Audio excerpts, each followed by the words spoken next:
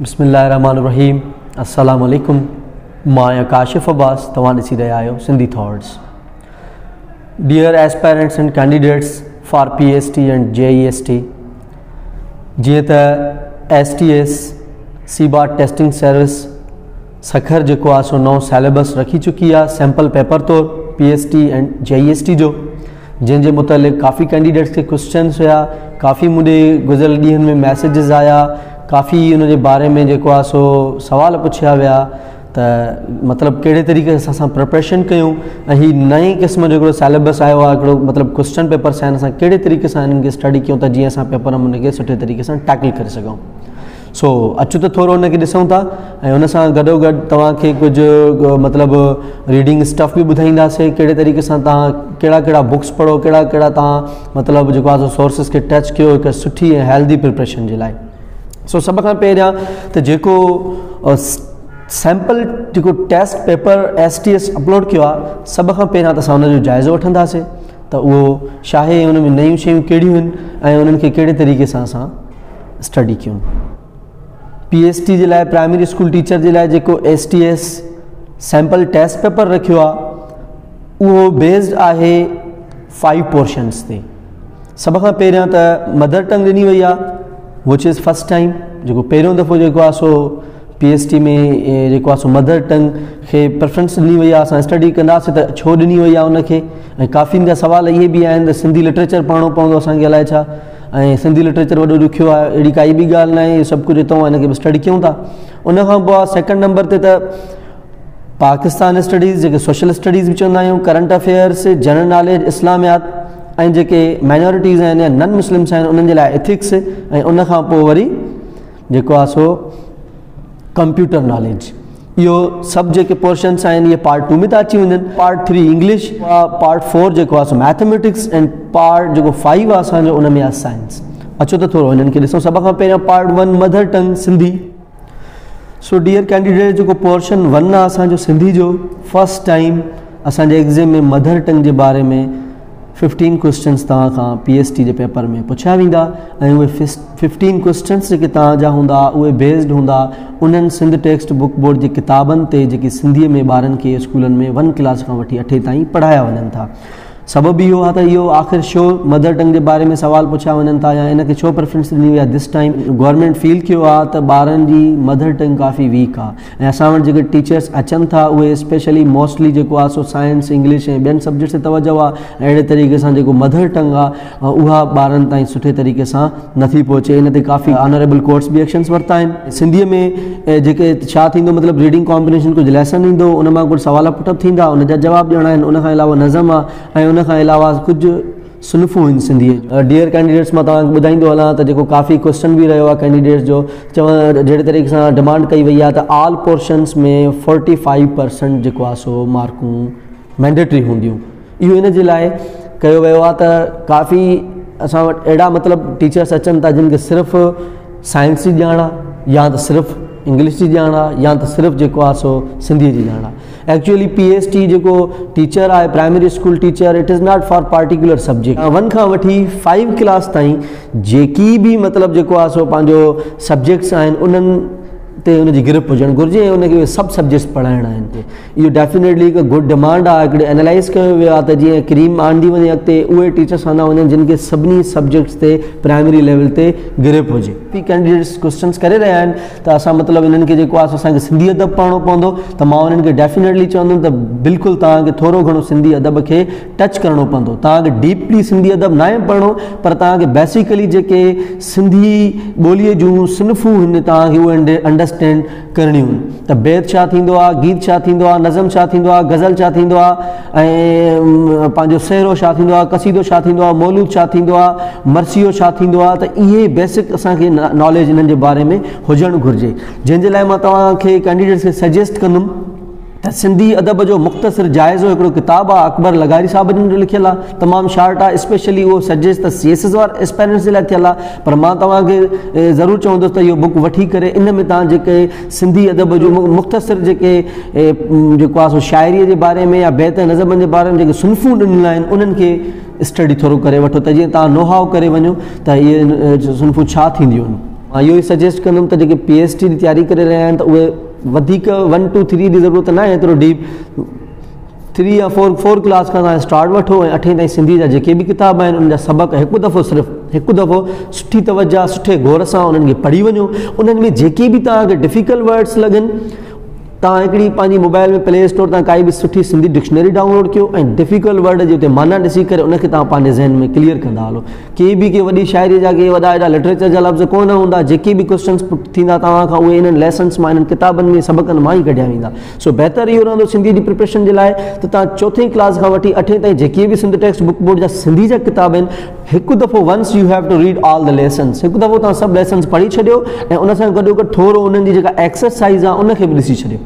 ऐं उनखां नेक्स्ट हिकिड़ो क्वेश्चन ॿियो बि असांखां पुटअप थियो आहे त सर छा भला हाणे उर्दूअ में बि असांखे ॼणो पवंदो। सो उन्हनि जे लाइ इहो हिकिड़ो क्लियर कट आहे, हिकिड़ी क्लियर ॻाल्हि आहे त असांजी सिंध में सिर्फ़ु सिंधी न आहिनि। तव्हांखे हैदराबाद कराची जे शहरनि में इवन लाड़काणे में तव्हांखे जेको आहे सो मुहाजिर उर्दू स्पीकिंग मिलंदा, तव्हांखे पंजाबी मिलंदा, तव्हांखे पश्तून मिलंदा जेके सिंध में पढ़ी रहिया आहिनि, सिंध जा ॼावा आहिनि। सो उहे बि एस्पेरेंट्स आहिनि PhD जे स्टेज उहे बि वेही सघनि था। सो उन्हनि जे लाइ इहो आहे त उन्हनि खे सिंधी न ईंदी त उहे उर्दू में इहे सॼो जेको पंहिंजो क्वेश्चनिंग जेको मदर टंग वारो सिस्टम आहे उहो सॼो उर्दू में उहे पंहिंजा सवाल ॾींदा। जिन जी मदर टंग सिंधी आहे उहे सिर्फ़ु सिंध जी जेको आहे सिंधीअ जे पोर्शन खे टच कंदा, उर्दू सां उन्हनि जो कोई बि वास्तो कोन्हे को। जेके उर्दू स्पीकिंग हूंदा उहे सिर्फ़ु ऐं सिर्फ़ु उर्दू जे जेको आहे पोर्शन खे टैकल कंदा, उन्हनि जो सिंधीअ सां कोई बि वास्तो कोन्हे को। उनखां पोइ पार्ट 2 जेको मल्टी पोर्शन ते बेस्ड आहे, जहिड़े तरीक़े सां social studies, current affair, general knowledge, इस्लामियात, ethics and computer knowledge. So इस्लामियात बि सिंध टेक्स्ट बुक बोर्ड जा जेके तव्हांजा बुक्स आहिनि तव्हां 1 क्लास खां न हलिया वञो। मां त इहो चवंदुसि बहितरु आहे जेकॾहिं तव्हां 5th क्लास खां स्टार्ट कयो था, 5वीं क्लास खां 8वीं ताईं इहे 4 किताब आहिनि, जेकॾहिं स्टडी कंदो त तव्हांखे 3-4 ॾींहं बि वॾा आहिनि, ॿिनि ॾींहंनि में तव्हां इस्लामियात खे कवर करे सघो था। कीअं कवर करिणो आहे, लेसन्स खे पढ़णो आहे जेके सिंध टेक्स्ट बुक बोर्ड में आहिनि, उन्हनि में जेके जेके MCQs एप्लीकेबल ठहनि था तव्हां पंहिंजी कॉपीज़ ते जोट डाउन कंदा हलंदव ऐं उनखां अलावा तव्हां उन्हनि खे कोशिशि कंदव त उन्हनि खे पंहिंजे ज़हन में विहारींदा हलंदव ऐं उनजी एक्सरसाइज़ जेके इस्लामियात जूं आहिनि उन्हनि खे बि टच कंदा हलंदव। उन खां पोइ आहे कंप्यूटर। काफ़ी सवाल पुटअप थिया आहिनि स्पेशली त सर ठीकु आहे असां इस्लामियात ते पंहिंजो सिंधी वग़ैरह त सिंध टेक्स्ट बुक बोर्ड्स तां तयारी कयूं, बाक़ी असां कंप्यूटर जी तयारी किथां कयूं। सो उन्हनि जे लाइ हिकिड़ो मुंहिंजे तरफ़ खां हिकिड़ो बेस्ट सोल्यूशन इहो आहे त तव्हां सिंध टेक्स्ट बुक बोर्ड खे छॾियो, तव्हांखे ऑक्सफोर्ड सीरीज़ ॿियूं बि काफ़ी सीरीज़ आहिनि जिन में तव्हांखे कंप्यूटर जा बुक्स 1 to एलिमेंट्री लेवल मिली सघंदा, 8 ताईं तव्हां उन्हनि जो कोई बि हिकिड़ो बुक वठो ऐं मोटी उन्हनि जी जेको आहे डेफिनेशन्स जेके आहिनि एक्सप्लेनेशन्स तव्हां हिकु दफ़ो पढ़ी छॾियो, तव्हांखे यादि हुजनि। छो त हिते जेके क्वेश्चन पैटर्न पुट थियल आहे उहो एॾा ॾुखिया कोन्हनि के ऐं उन सां गॾोगॾु असांजे सिंध टेक्स्ट बुक बोर्ड में बि हिन वक़्तु इहा शइ यूटिलाइज़ कोन थी थिए त डेफिनेटली असांखां एतिरा वॾा डीप क्वेश्चन कंप्यूटर जे बारे में न थींदा असां DIT या इन हवाले खां। उनखां बहितरु इहो आहे त तव्हांखे कंहिं बि अकेडमी जा जेकॾहिं CIT जा नोट्स मिली था वञनि त तव्हां उतां बि स्टडी करे वेंदो आराम सां तव्हां कंप्यूटर जे पोर्शन खे टैकल करे सघो था।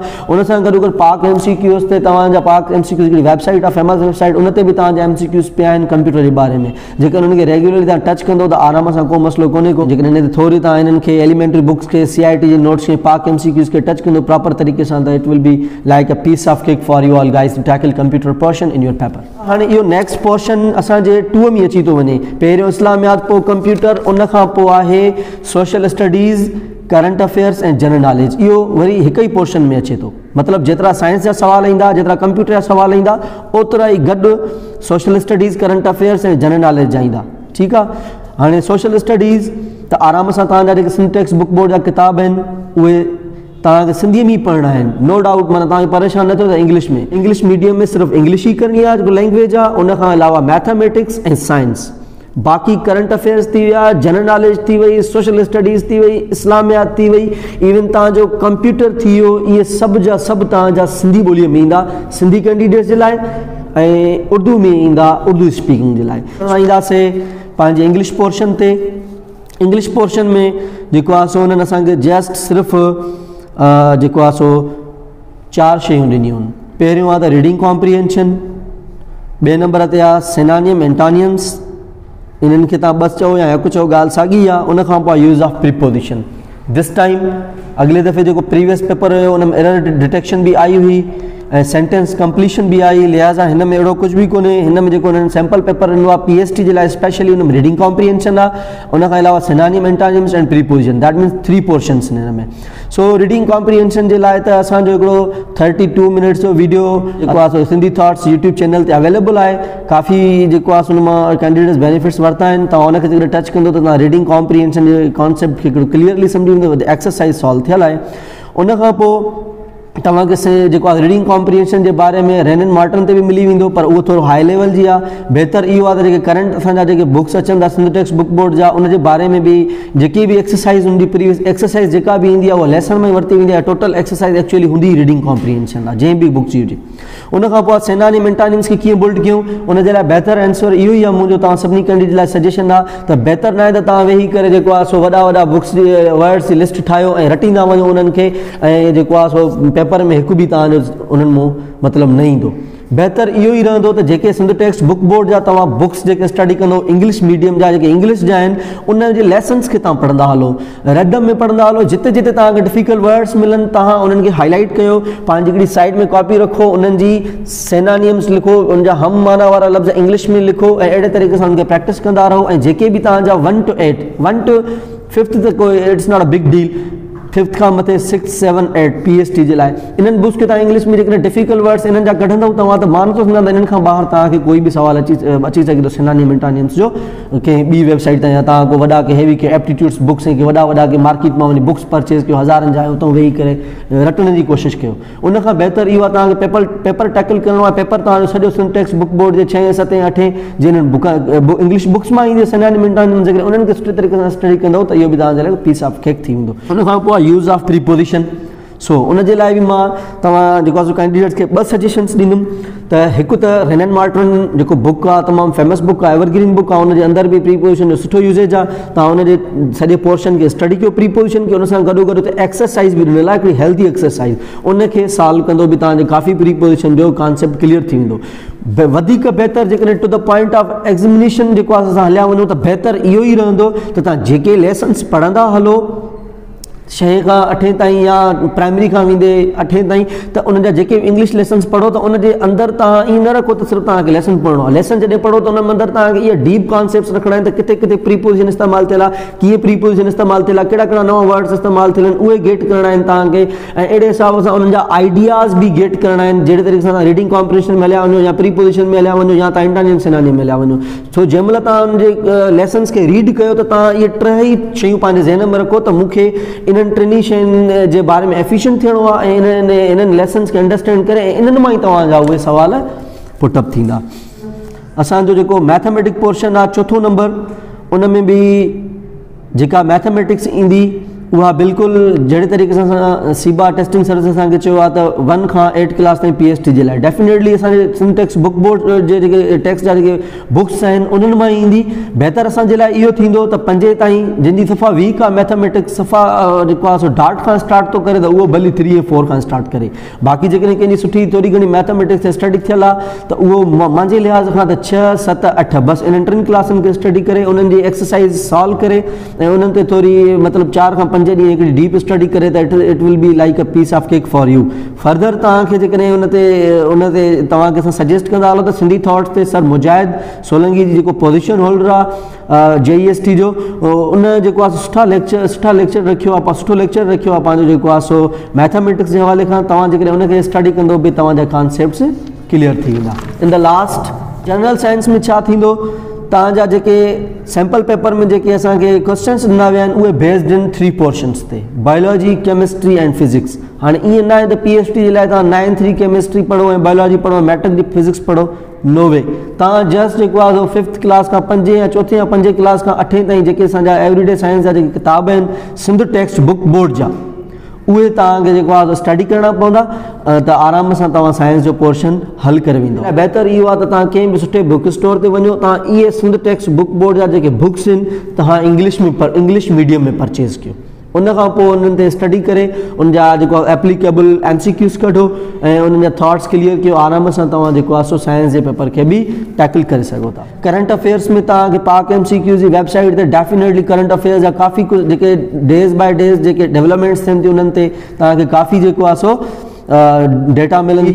मैटर जेका पेपर में कंदी जेका एग्रीगेट ठाहींदी सुठो उहा ठाहींदी तव्हांजी mathematics, English and general science, जेको 70% तव्हांजो पेपर इन्हनि 10 पोर्शन्स ते बेस्ड आहे। उन जे लाइ जेतिरो थी सघे बहितर तव्हां सिंध टेक्स्ट बुक बोर्ड्स जे बुक्स तव्हां क्लियर करे वञो, त उन खां पोइ तव्हां डेफिनेटली इंटरनेट ते हलिया वञो, ॿियूं टेक्स्ट पढ़ो, पंजाब सीरीज़ जा पढ़ो, तव्हां एप्टीट्यूड बुक्स पढ़ो, सभु बाद में। First of all you all have to study Sindh text book board books. असां गॾोगॾु मां तव्हांखे कुझु हिंट्स ॾींदो हलां त जहिड़े वक़्तु बि तव्हां सिंधी पढ़ी रहिया आहियो या कंप्यूटर पढ़ी रहिया आहियो या मतिलबु जनरल साइंस पढ़ी रहिया आहियो या इंग्लिश या मैथमेटिक्स, त जोट डाउन कंदा हलो, उनखे तव्हां पंहिंजा हिकिड़ा नोट्स ठाहींदा हलो। नोट्स ठाहींदा हलंदव त तव्हांखे सॼे किताबनि खे ॿीहर पढ़ण जी ज़रूरत न पवंदी। एग्ज़ाम जे ॾियारे तव्हां सिर्फ़ु पंहिंजे नोट्स खे स्टडी कंदव त तव्हां आराम सां उन जे लाइ कैपेबल हूंदव। इंशाल्लाह I hope for your success in the examination and the next video इंशाल्लाह will be on JEST। Thank you so much for watching our video.